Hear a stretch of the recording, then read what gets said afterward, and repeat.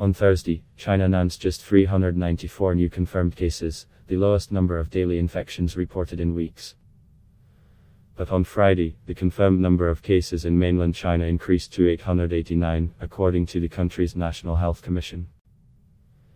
This fluctuation could be partly down to a change this week in what is counted as a confirmed case in Hubei province, the epicenter of the global outbreak. Here's what we know. How has China changed its method?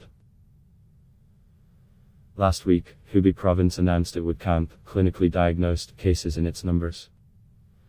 These were patients who demonstrated all the symptoms of COVID-19 but either had not been able to get a test or were believed to have falsely tested negative.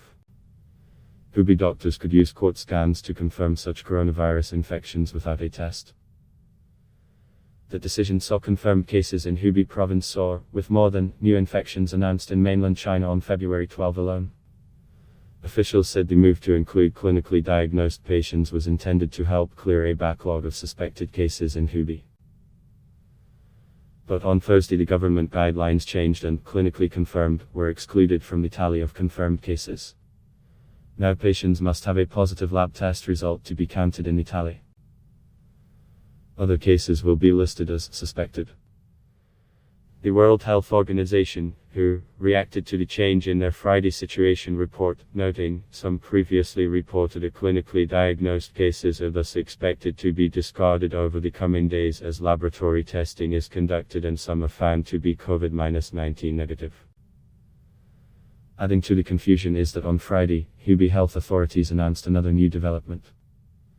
Tu Yuanqiu, deputy director of Hubei Health Committee, said at a press conference that the provincial government has banned the practice of reducing the number of already confirmed cases. Who said that all the cases that were confirmed but then retroactively dismissed as they no longer fitted the reporting requirements would be added back to the total tally. These adjustments in numbers have attracted huge public attention, caused South Korea scrambles to deal with a surge in confirmed coronavirus cases over the past 2 days. Its southern city Daegu is becoming the new ground zero. Wang Yiqiang, director of the Society of Infectious Diseases of the Chinese Medical Association, said, in order to resolve the conflict between diagnosis and treatment, in Hubei, such clinical diagnosis was introduced to enable timely treatment of possible patients and reduce fatality rate.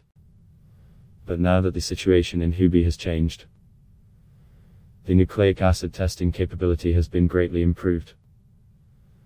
And now all suspected cases or unconfirmed cases can be tested for nucleic acids quickly.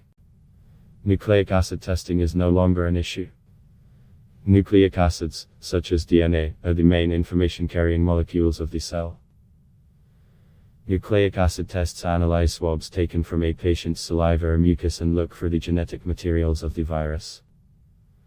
However, scientists have pointed to problems with the nucleic acid test producing false negatives, meaning infected patients could be going undetected. There are also reports in parts of China that a shortage of testing kits and inaccurate results are leading to long delays in the diagnosis and treatment of coronavirus patients. What experts say: the WHO has previously voiced support for the way China is counting coronavirus infections, and said Thursday it was encouraged by the drop in reported cases. Some experts, however, including a former US Food and Drug Administration commissioner, have expressed skepticism over taking China's figures at face value, given the government's track record of suppressing information about this epidemic and previous ones. But David Fisman, a professor of epidemiology at the University of Toronto, said the way that officials define cases of a virus often evolves as their understanding of the illness develops. One could change a case definition for sort of nefarious reasons to create the illusion that the epidemic is getting better. In this case, China did exactly the opposite, he said.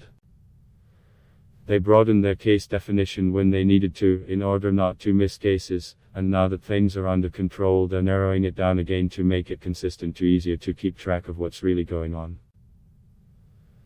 But Eric Fiegelding, an epidemiologist and visiting scientist at the Harvard T.H. Chan School of Public Health, said to change track twice in 1 week was very unusual.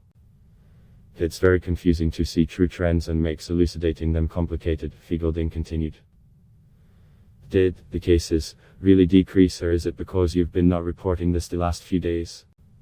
Experts have also questioned the reliability of China relying solely on the lab test. There's evidence that people don't test positive until much later in the disease course, he said Feigelde.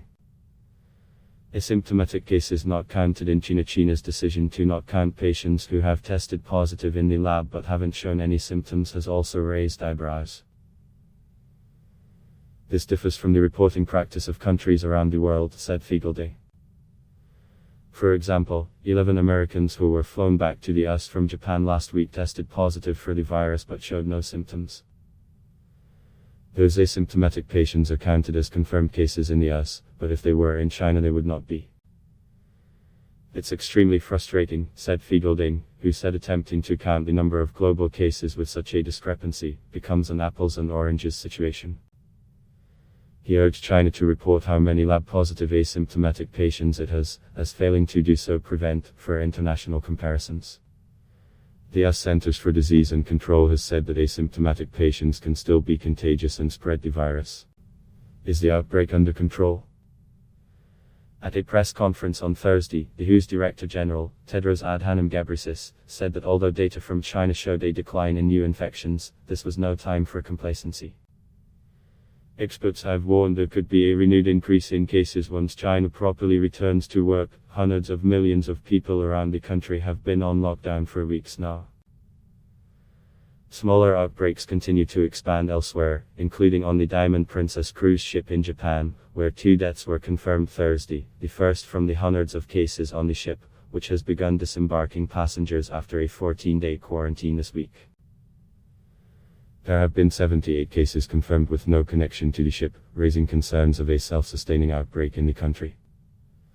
On Friday, South Korea recorded an additional 52 additional cases overnight, bringing its total to 156. CNN's Stephen Jiang, Shanshan Wang, Claudia Otto, Frederick Pleitgen and Jacqueline Howard contributed to this report.